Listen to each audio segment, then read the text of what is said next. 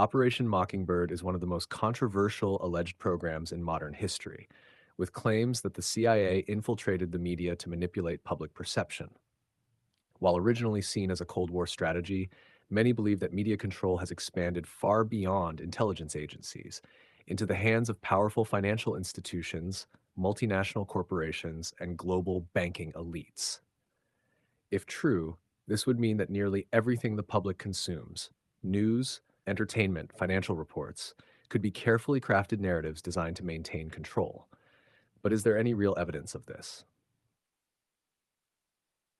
The origins of Operation Mockingbird. In the late 1940s, at the height of Cold War tensions, the CIA allegedly launched Operation Mockingbird as part of its psychological warfare strategy. The agency reportedly recruited journalists from major media outlets such as the New York Times, the Washington Post, CBS, and Time magazine to act as informants, propagandists, and even direct agents of influence. Their goal was to shape public perception in favor of U.S. government interests, ensuring that stories aligned with foreign policy objectives, military campaigns, and political narratives. According to declassified documents and whistleblower testimonies, the CIA had direct control over hundreds of journalists, editors, and media executives. Some were paid informants, while others were subtly influenced through connections to think tanks, secret briefings, and financial incentives. By the 1970s, investigations by the Senate's Church Committee uncovered extensive ties between intelligence agencies and media organizations, leading to public outcry. However, despite the alleged dismantling of Operation Mockingbird, many believe the practice never truly ended. It simply changed form. The shift from government control to financial control. While intelligence agencies once had direct control over the media, today, the most powerful force behind the news may not be the government, but the financial institutions that fund and own media conglomerates.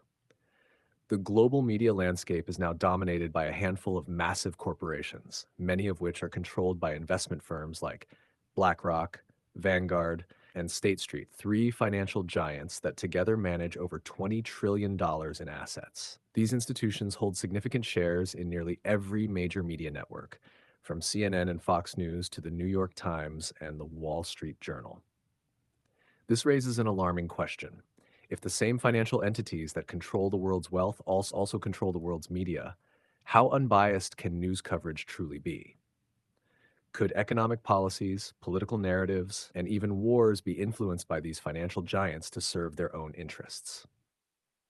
Manufacturing consent, how the media shapes perception. The concept of manufacturing consent, coined by Noam Chomsky, describes how media is used to subtly manipulate public opinion. Rather than blatantly lying, the news is often framed in a way that favors certain economic and political interests.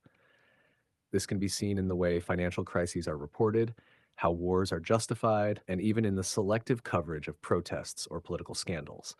For example, the 2008 financial crisis was largely caused by reckless banking practices, yet media narratives quickly shifted blame away from Wall Street and onto smaller scapegoats, such as homeowners who defaulted on loans. Similarly, discussions of inflation, job markets, and economic downturns are often presented in ways that minimize the accountability of the banking elite while reinforcing policies that benefit the wealthiest. Even wars and foreign conflicts are often covered in a way that aligns with the interests of the defense industry and international